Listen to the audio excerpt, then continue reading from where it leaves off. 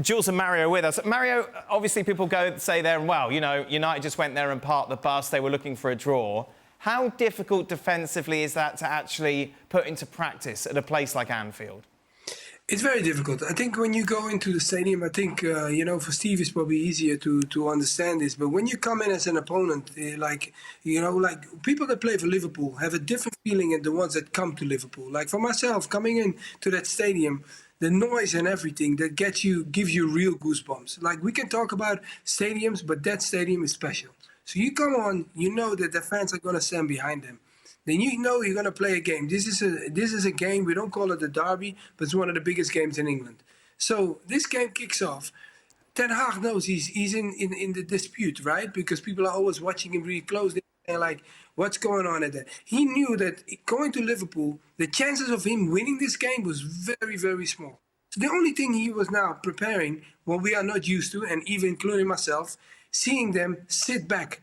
If your striker is playing as a midfielder, and it's almost your midfielders are getting tired by hitting on the brake and going forward, like a McTominay, I saw him breathing, and like in a way, not of chasing the ball or controlling the tempo of the game, but more like winning balls back. And Højlund, I mean, when he got the opportunity, he had a moment when he could really implement his. He hasn't scored yet in England, but he had a chance in the game where he could make the difference because his team was just biding our time every time, holding the ball at the back. Onana was, you know, holding the time or playing it from the back and just killing time. And it started too early for me. But tactically, you know, even if you don't like the game like that, I can understand people that are watching the game. Oh, no, you don't want to watch that.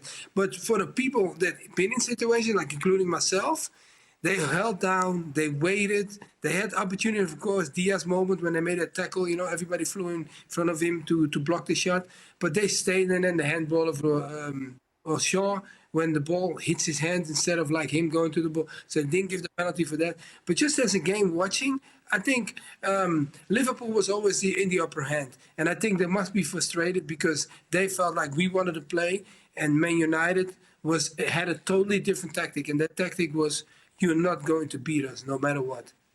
Jules, what's been reaction amongst the Manchester United fans? Is it, look, this is our only option because of what's been going on, because of the personnel we have? Or is it, come on, we're Manchester United, we spent £1 billion over the last few years, we've got to go there and we've got to try and go toe-to-toe with Liverpool? I think a bit of both, Dan, really. I mean, some were happy with the point, and in the situation that they were in after the defeat against Bayern and finishing fourth in that group, the humiliation at home against Bournemouth.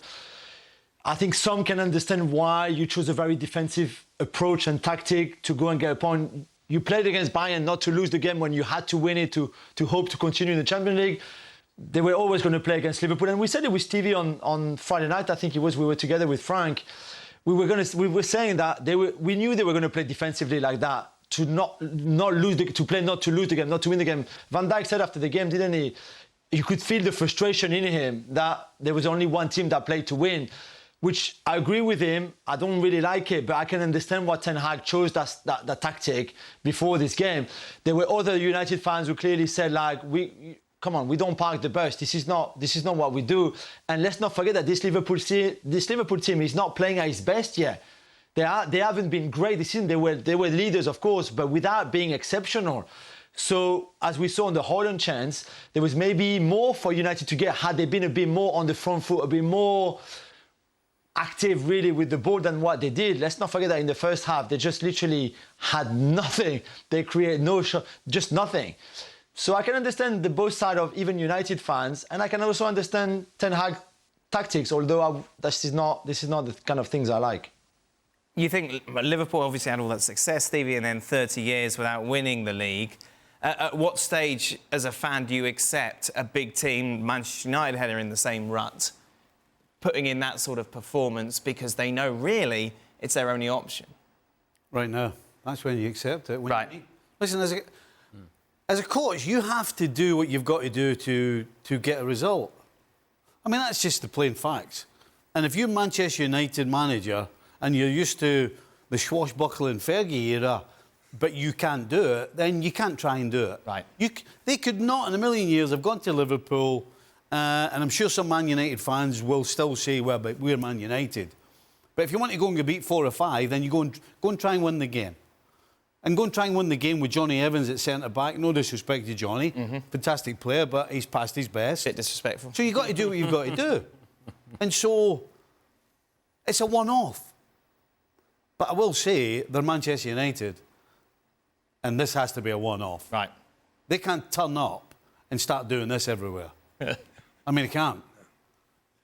The problem is, when they turn up and don't do that, and you don't know what you're going to get. Yeah. So Ten Hag's in a bit of a quandary because he, more than anybody else, will know if they open up, they'll lose goals. So what does he do? I can't wait to find out. But you're Man United, and at the end of the day, you can't go everywhere to do that. Right, Ali, away from Manchester United. Okay. What do we learn about Liverpool and their title credentials within this game? Well, for the first 10, 15 minutes of the match, you kind of go, all right, it's Anfield, it's the energy, it's intensity that you expect. Here we go. Manchester United are barely hanging on. It's only a matter of time before Liverpool take over this game and win this game outright. And then they went flat.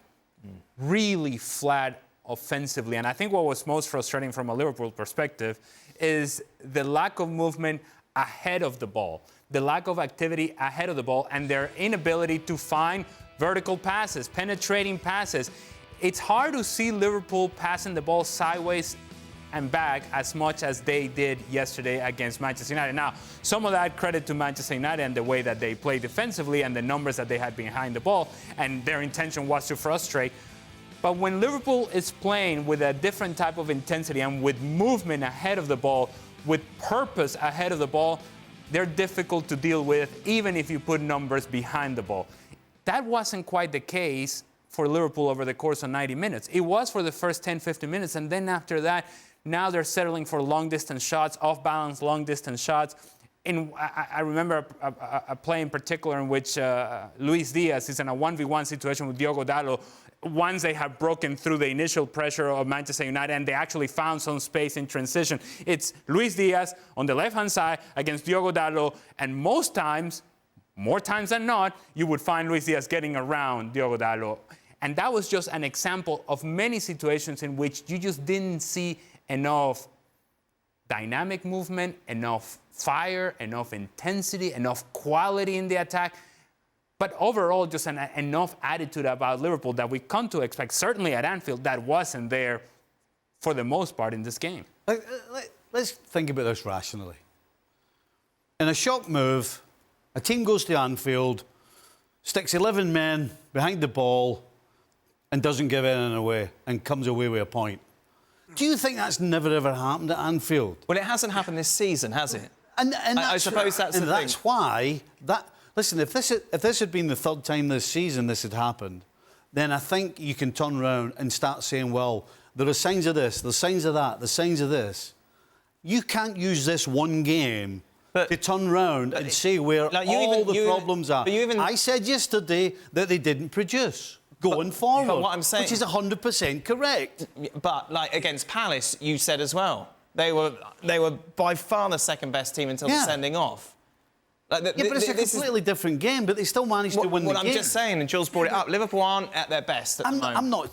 I'm not disagreeing. I'm just saying... The problem is you're going to lose Salah, aren't you? You're going to lose Endo.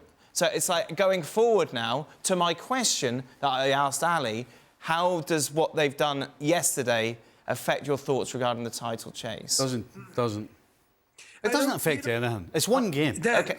Go on, Mario. You know what? Also, you know what? You also like this. What Stevie just said is it doesn't happen all the time. But you also have to remember this is this size of a game. I hope people understand this. This game doesn't get played like this. Normally, Man United comes there, regardless if they don't win the game or they're not in the best form, they go toe to toe with them.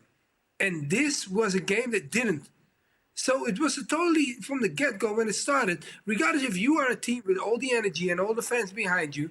You now face a team that kind of surprises you, while they sit back, wait, and they did not care how beautiful they would play. While Man United normally is a team that will say, like, okay, let's go and let's create goals or system or whatever. They didn't do all that. They didn't care. They just waited and they just bought out the time and hoping that they could, get that goal from what I already highlighted from Haaland. That's what they were hoping for.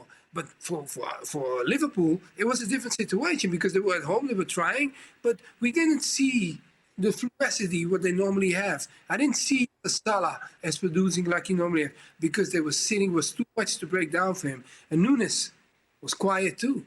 Diaz had a couple of moments to open things up, but that's what I'm saying. The only danger that I saw from Salah and Nunes was when Salah put him in and put him right in front of the goal. But there wasn't a lot happening. But those games, just people have to understand, this game is so big and it doesn't get played like this.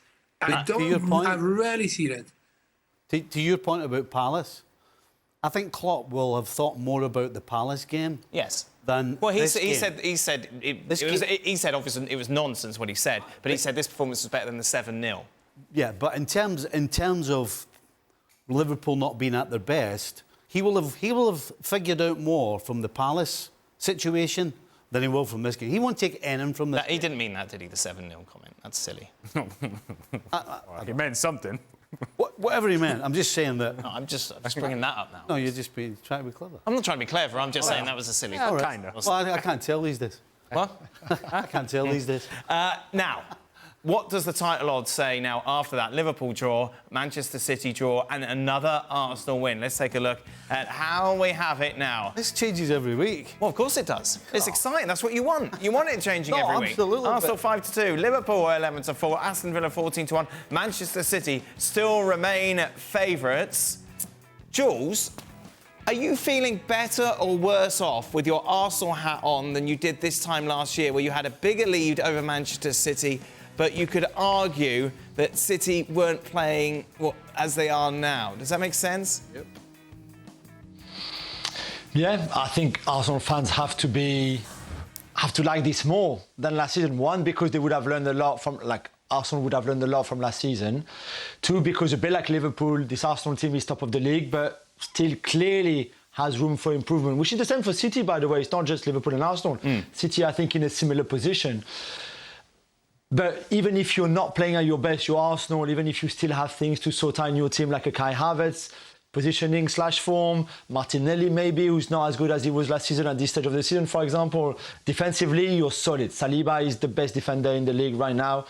You're, even with the Ryan, Ramsdale debate, discussion, all of that, you're still top of the table. And you were very impressive against a Brighton side that was decimated by injuries and obviously clearly very tired after the Europa League, but still, it was a very good win. So of course you take this and you feel like you are in a better position now than you were maybe at this stage last season. Even if you were flying last season, there was a feeling that you also picked really early last season, which in the end turned out to be true, because when City kept winning and winning and winning, you stopped winning. So I think any Arsenal fans would take this now, but knowing that the others are going to improve and going to get better, City and Liverpool. I think Villa are already at their best. I'm not sure they can play much better than that anyway.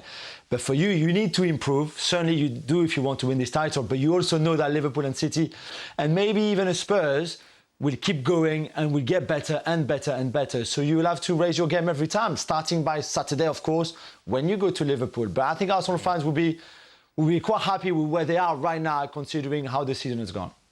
Mario, who in your opinion is more likely to win the league? Arsenal or Liverpool? Oof, that's such a tough one. Oh, man. After the weekend, I think you can give a better answer. But, yeah, this game is so beautiful to watch this weekend. But I still think... I always question the character of Arsenal. And it's been there for years. Last season, I was like, oh, they have to win it, because of the leading in the points difference. But, Liverpool, man, they bounced back so well. So I might have to drop to the Liverpool side. Where are you going, Ali? Well, I would say that I would, in regards to the question you asked, Jules, I would be more uncomfortable this season because Liverpool is in the picture this season where they weren't last year. It was Manchester City and it was you if you're Arsenal. Now there's another player in town. There's another team that could very well win it. And so when you have another competitor in the race, you may focus on Manchester City because they're the perceived favorites. And when Liverpool is over here saying, how about us? We can win this thing.